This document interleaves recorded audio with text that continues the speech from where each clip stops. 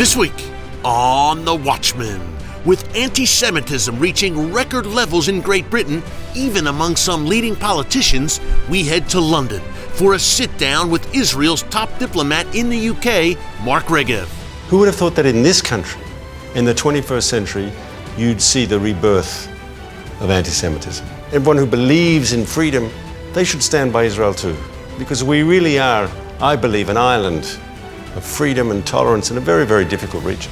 Plus, an award-winning investigative journalist joins us in Jerusalem with an exclusive report on how Europe is helping to fund illegal Palestinian construction on Israeli land.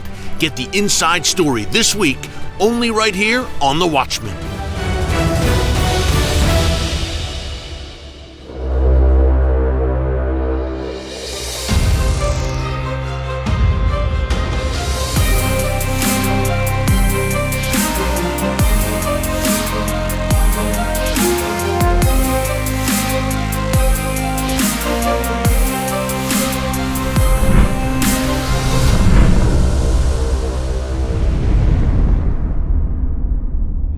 And welcome to The Watchman from Jerusalem. Folks, we know that Israel and the United States have a special relationship that's only growing stronger.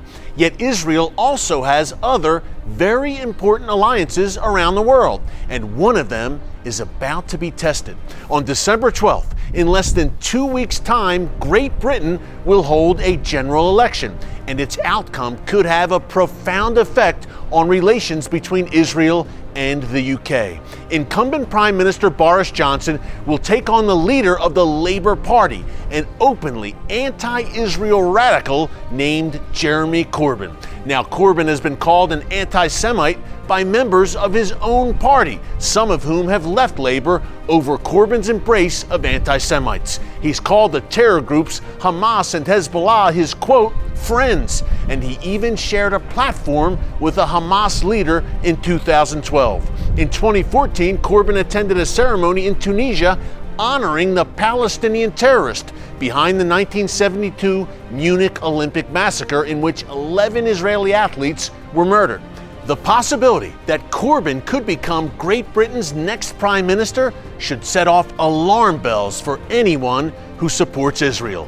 Britain has been a strong ally of Israel for years, but as prime minister, you can bet Jeremy Corbyn would do everything in his power to change that.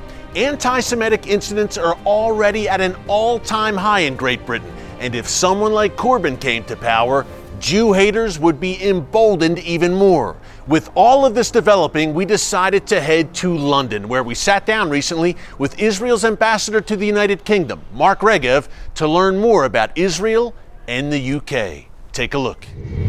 Well, Ambassador Regev, thanks so much for joining us here on the Watchman Show at the Israeli Embassy in London. It's a pleasure having you, a real pleasure. Yeah, it's great to be back with you, Ambassador. Hey, we know, obviously, that the U.S. and Israel have this special relationship, but the U.K. and Israel also have a very crucial relationship. Tell us, and you've seen this up close in your role, obviously, as the ambassador here in the U.K. for Israel. Tell us about that Israel-U.K. bond, why it's so strong, and why this is such an important alliance, not only for the Jewish state, but for the U.K. So first of all, Eric, what you said up front is 100% correct. Israel and the United States have a very special partnership, a very special relationship, and Israel has no better friend than the United States of America. Having said that, the British are good friends too. And we enjoy a good relationship with the British. We cooperate with them in defense matters. We've got a good trade relationship. We've got a good political dialogue. And the truth is, as you know better than most, the relationship between Britain and Israel goes back decades, if not centuries. Yeah, absolutely. You know, I think of that long-standing relationship, Ambassador. I think of the 19th century. You could say the modern Christian Zionist movement was really born here in Great Britain. You think of Lord Alfred Balfour, William Heckler, all of these pivotal figures in the Zionist movement. It was right here in Great Britain. Correct, 100%. Christian Zionism is in many ways born in this country. There's a wonderful book by a historian, it's an old book, it's not a new book, by Barbara Tuchman, and she talks about the ideological foundations for Christian Zionism. And ultimately, the idea that the Jewish people should be free to return to their homeland, to be able to have national self-determination to be a free people in our historic land. That's an ideal that was supported by many, many good people in this country. Even more crucial today that we have Christians standing for Israel here in the UK, because we do have a rise in anti-Semitism here in Great Britain, anti-Semitic incidents at an all-time high. We even have one political party here, the Labour Party, that's been kind of embroiled in a anti-Semitism controversy. Could you talk more about that, Ambassador? You're here in this pivotal role, you see this up close. Tell us about that problem here in the UK and really across Western Europe. Look, it's terribly worrying, especially troubling for the local UK Jewish community. Who would have thought that in the 21st century, in this country, in Britain, and they say the British Parliament is the mother of parliaments, and so many of the ideas that inspired the American Revolution of 1776 were ideas that were born British, liberal, democratic ideas, freedom, separation of powers. Who would have thought that in this country, in the 21st century, you'd see the rebirth of anti-Semitism? It's terrible. One of the tactics used by the anti-Semites and the anti-Israel forces right here in the West is BDS, boycott, divest from, sanction the Jewish state. Tell us about the danger of BDS. It's kind of the destruction of Israel by other means, it seems. Tell us about the danger of BDS. How prevalent is it here in the UK, and how is Israel fighting back here? The first thing you need to know, Eric, is that these voices of hate are a failure in the real world. They call for not buying Israeli products. I want to tell you, and your viewers should know as well, our number one trading partner on the planet is, of course, the United States of America. But number 2 and 3 include this country. So all those people are calling not to buy Israeli products. Guess what? There are not a lot of people listening. They're buying Israeli products. Last year in 2018, our third largest trading partner on the planet were the Brits. And this year, I think, according to the numbers, we're going to see the Britons move from 3 to 2 to the second place. So these people calling for a boycott of Israeli products, they are speaking hatred, and a lot of people apparently are not listening. But we've got to fight them, as you've got to fight all hatred. And I just think that this movement is a modern manifestation of good old-fashioned anti-Semitism. Yeah. That's what it is. Yeah, Ambassador, it seems today that the cloak of anti-Semitism is now anti-Zionism. That's the new term for anti-Semites that they're using. I agree, 100%. We don't hate Jews, we just think all the Israelis should be killed. What does that mean? What does that mean? Speaking of which, while we're kind of surveying the threats and the shared threats that Israel and the UK are facing, and the United States, the Iranian regime, looking to increase their uranium enrichment now, defying the West and the Iran nuclear deal. Talk about why the Iranian regime is not just a problem for Israel and the broader Middle East, it's a problem for the West and really all of Judeo-Christian Western civilization, including the UK. Look, it's clear, and you're 100% correct, Eric. It's not just a problem for Israel and our Arab neighbors who are all threatened by the Iranians. It's a problem for the planet. This is a regime that wants to export what they call the Islamic revolution. And it's a threat to us all. I'll give you just 2 very quick examples. We had documented incidents over the last year of Iranian government officials being involved in terrorism on European soil. Documented incidents. So this isn't something that might happen or could happen. This is something that is happening. Secondly, the Iranians are building long-range ballistic missiles. Let me be frank. They've already got missiles that can hit Israel. They've already got missiles that can hit our Arab neighbors. Why are they building missiles with ranges to reach far and beyond, to reach Europe, maybe even America one day? Because they see the Western world as their enemy. And to ignore that is to ignore reality. To ignore that is to be like the proverbial ostrich and putting your head in the sand. You're not going to be safer by ignoring the threats. Yeah. And they have a very dangerous proxy, obviously, in the form of Hezbollah, which also has global reach, even in the Western Hemisphere. Ambassador, last question. You've been doing this for some time as a great and eloquent spokesman for the Jewish state, in the media, now in a diplomatic role. What drives you? It's a demanding job. You're a family man. We've talked off camera. What motivates you to do what you do and to dedicate your life to service to the state of Israel? I am a very, very proud Israeli. And for me to have the positions I've had, I feel honored that the state of Israel has allowed me to serve in the positions I've held. I ultimately believe in my soul in the essential justice of Israel's case, of the cause of Israel. If you think about it, we were a people, the Jewish people, we were scattered across the planet. We were persecuted, we were discriminated against, we faced violence and oppression and even genocide. When we returned home, when we established our independence, our nationhood in our historic homeland, that is a modern miracle. That's something that I think we can all get excited about. And in a region that is plagued by different forms of autocracy, despotism, totalitarianism across the Middle East, Israel today stands out as a beacon of freedom, tolerance, a beacon of democracy.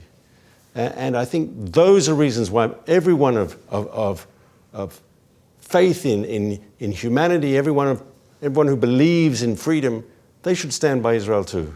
Because we really are, I believe, an island of freedom and tolerance in a very, very difficult region. Yeah, Ambassador, well said. Thank you very much. We appreciate it. Thanks for having me, Eric. Thanks, Ambassador. Thanks again to Ambassador Mark Regev for bringing us up to speed on what's happening in the UK. Well, with anti-Semitism growing in Great Britain, Christians United for Israel is taking a stand. Up next, you'll see how CUFI UK is fighting back against the enemies of Israel and the Jewish people and making a difference in that crucial nation. Don't move. Hamas, Hezbollah, Iran, ISIS. The same terrorist forces that seek to annihilate Israel have a bullseye on the back of the United States. At Christians United for Israel, we know that Israel's enemies and America's are one and the same. When Israel comes under attack, our nationwide network of over 7 million members leaps into action. We help lead the fights on Capitol Hill to pull out of the disastrous Iran nuclear deal, to move the U.S. Embassy to Jerusalem, and to cut funding to the Palestinian Authority over its use of American taxpayer dollars to fund terrorism. When CUFI speaks, Washington listens. And as radical forces threaten Israel and America, we need your help. To support the important work of Christians United for Israel, visit CUFI.org or call the phone number on your screen. When you defend Israel, you're defending America. So join our movement today.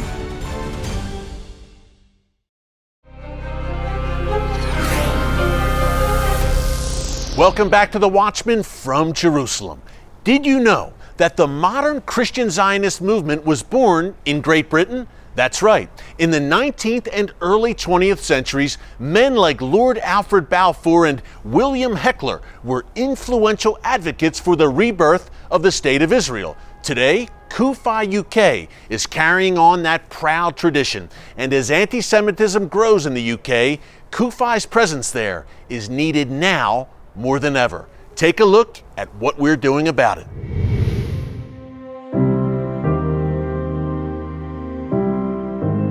In 2014, we had the biggest rise in anti-Semitism here in the UK on record. You know, it leapt 100%.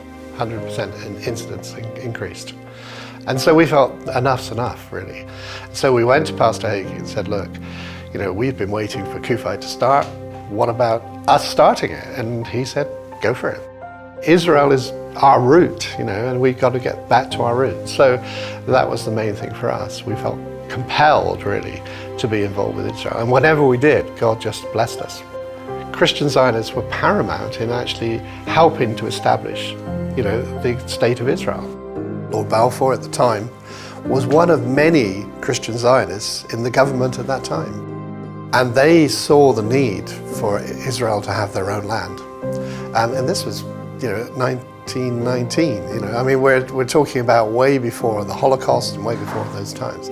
So there was a strong Zionist movement at that time. But the pro-Palestinian, which is really just anti-Israel, those groups have been very strong here, a big influence both in the secular society but also within the church.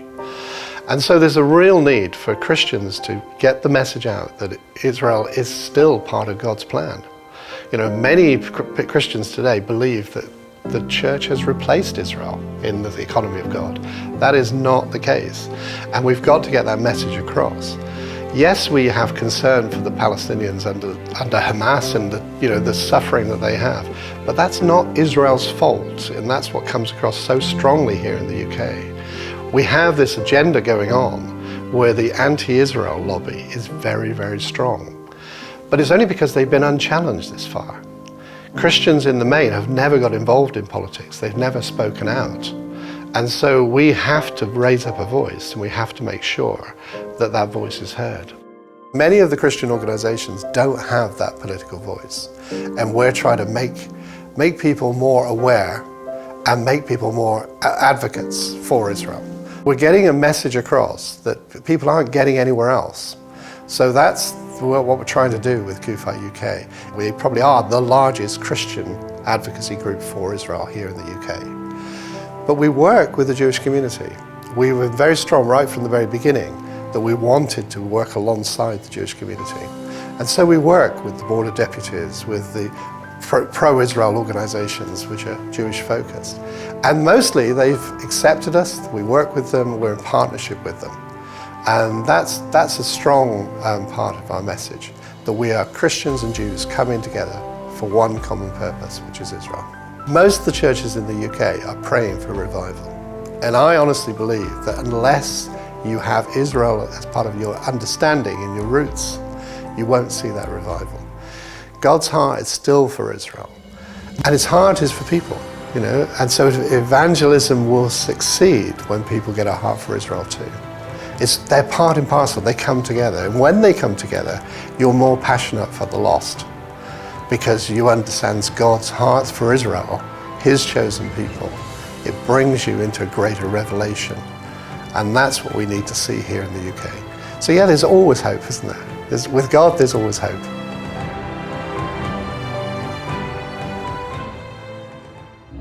Folks, at Christians United for Israel, we are standing in the gap for Israel in the UK, the United States, and around the world. You see the information there on your screen, so call or click and join our movement today.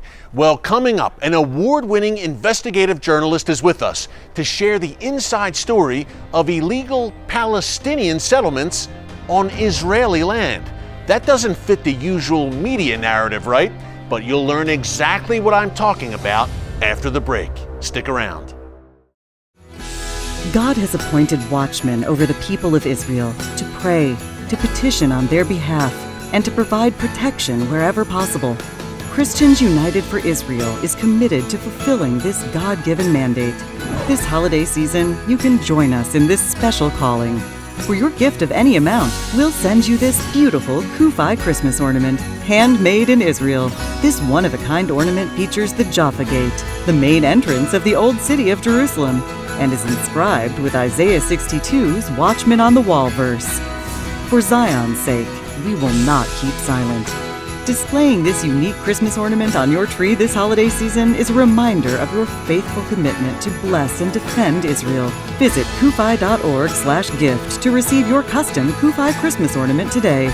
Show your friends and family members this Christmas that you stand with Israel as a faithful watchman on the wall.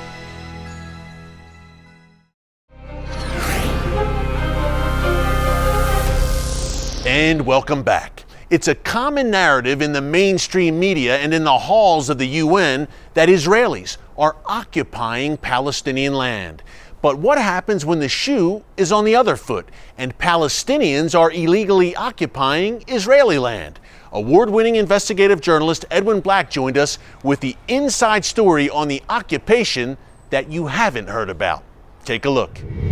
Now, we hear so much about illegal Israeli settlements, so-called illegal Israeli settlements in Judea and Samaria, the West Bank. But there are some other illegal settlements there that are truly illegal, and you've got the inside story. Tell us about it. That's right. We've now put into the common vernacular the term illegal Palestinian settlements. We're talking about Area C. I'm going to make it simple. Everybody knows there's the Oslo Accords. The Oslo Accords gave an Area A for the urban areas, Ramallah, etc., under the Palestinian Authority.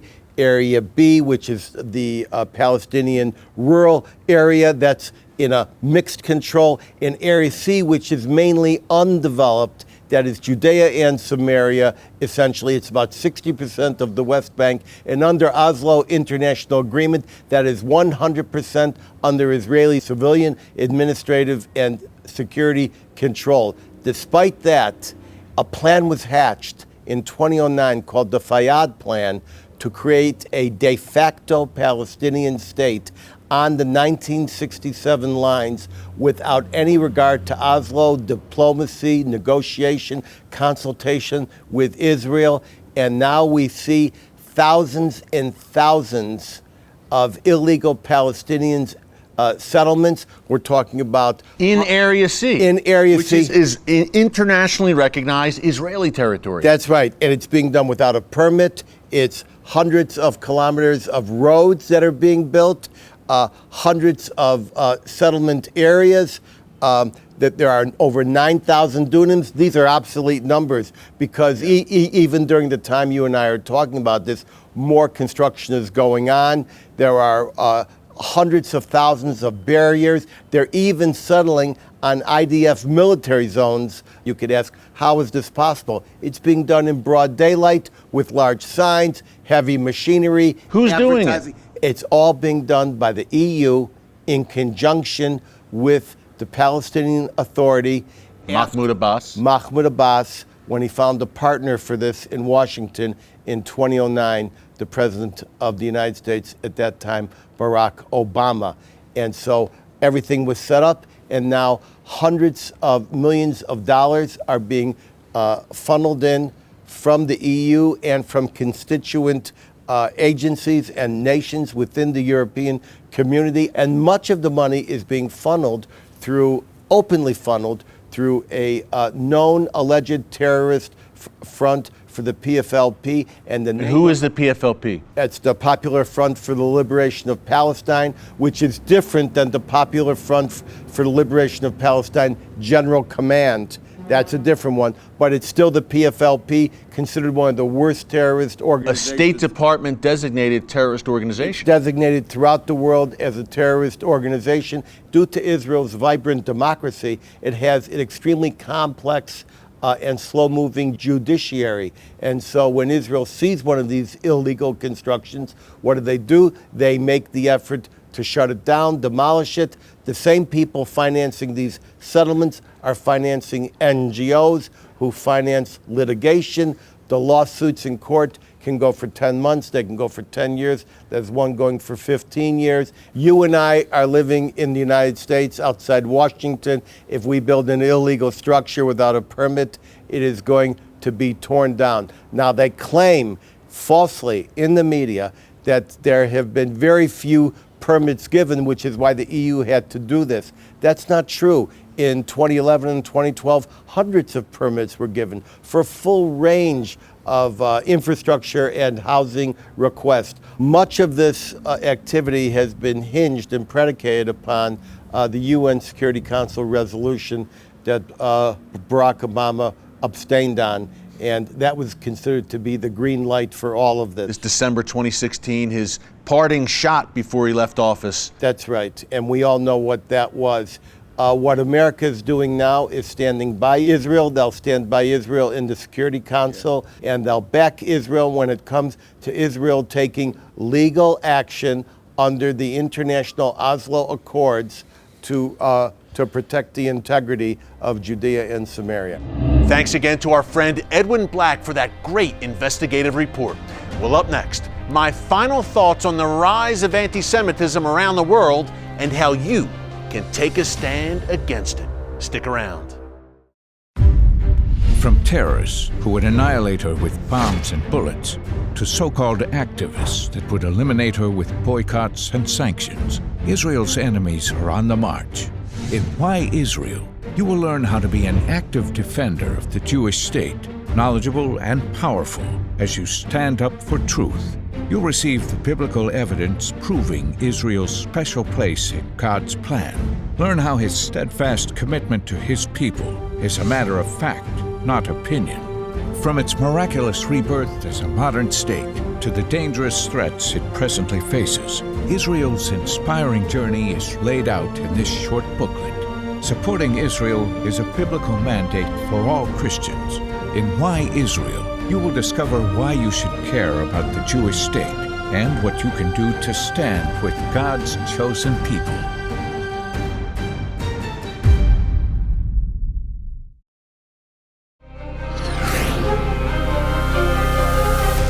And welcome back. We're wrapping up here in Jerusalem, the eternal and ancestral capital of Israel. This city, this nation is a safe haven for the Jewish people.